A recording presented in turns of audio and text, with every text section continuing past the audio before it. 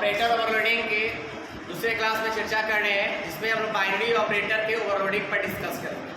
Binary operator करने का sense है वैसा ऑपरेटर जो दो ऑपरेंड के बीच वर्क परफॉर्म करता है, वैसे ऑपरेटर को हम लोग बाइनरी ऑपरेटर के नाम से जानते हैं। बाइनरी ऑपरेटर जैसे प्लस, माइनस, मल्टीप्लिकेशन, डिवीज़न और आपका रिमाइंडर निकालने के लिए हम लोग मॉडुलो डिवीज़न का यूज करते हैं।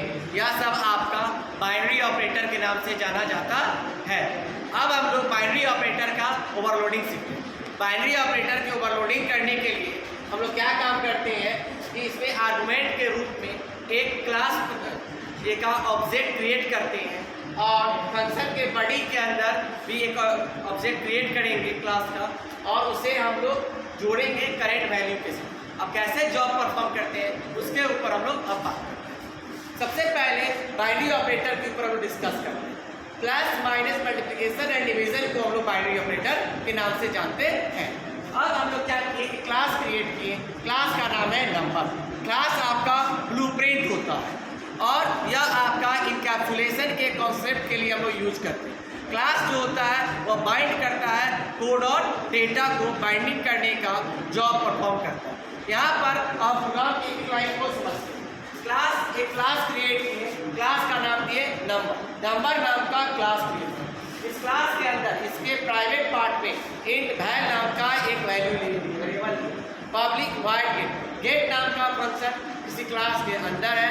ऐसे फंक्शन को हम लोग मेंबर फंक्शन के नाम से जानते हैं। वैसा फंक्शन जो किसी क्लास के बॉडी के अंदर आता है उसे हम लोग मेंबर फंक्शन कहते हैं। वैसा वेरिएबल जो किसी क्लास के अंदर आता है वैसे वेरिएबल को हम लोग मेंबर वेरिएबल कहते हैं। सी आउट का काम डिस्प्ले करना है। सी आउट आपका ऑब्जेक्ट है ओ स्ट्रीम क्लास। सीन का काम कीबोर्ड से इनपुट लेना होता है।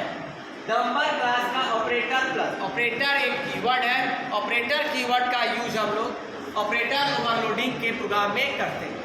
नंबर का एक ऑब्जेक्ट क्रिएट किए एक्स नाम का।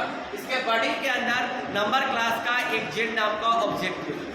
जेड डॉट वैल्यू, जेड के वैल्यू पार्ट में क्या होगा आपका एक्स का वैल्यू और करेंट वैल्यू वह आपको जोड़कर जेड के वैल्यू पार्ट में स्टोर कर देगा। रिटर्न जेड, जेड किस टाइप का है? नंबर टाइप का है, इसलिए यहाँ पर क्या लिखे हैं? नंबर लिखे। वाइड शो क्लास के अंदर का फंक्शन है, उसे हम लोग मेंबर फंक्शन।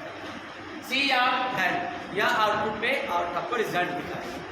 वाइड में पर इंट में नंबर एक वाइड में लिखिएगा तो यहाँ रिटर्न 0 नहीं लिखना होगा।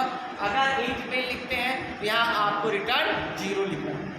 नंबर क्लास का 3 ऑब्जेक्ट क्रिएट किए। एक का नाम n1, एक का नाम n2 और एक का नाम n3 कहें।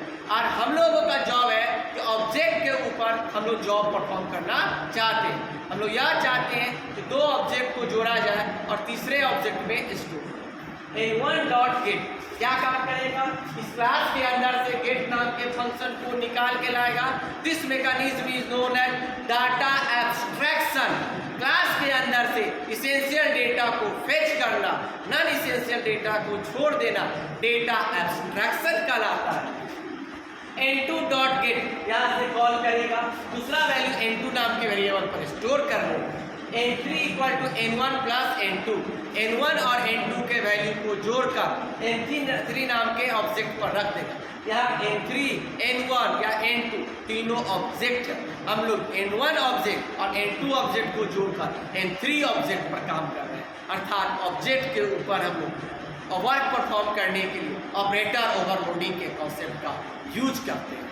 यह आपका ऑब्जेक्ट ओरिएंटेड प्रोग्रामिंग का इम्पॉर्टेंट फीचर है। अब हम लोग n3 डॉट शो, n3 पर जो डाटा रखा हुआ है उस डाटा को लिखना चाहते हैं, इसलिए n3 डॉट शो वह क्या काम करेगा? इस क्लास के अंदर से शो नाम के फंक्शन को एब्स्ट्रैक्ट करके दिखलाएगा। This mechanism is known as data abstraction. और ऑपरेटर के साथ काम किए, इसे हम लोग ऑपरेटर ओवरलोडिंग कहते हैं। Thank you.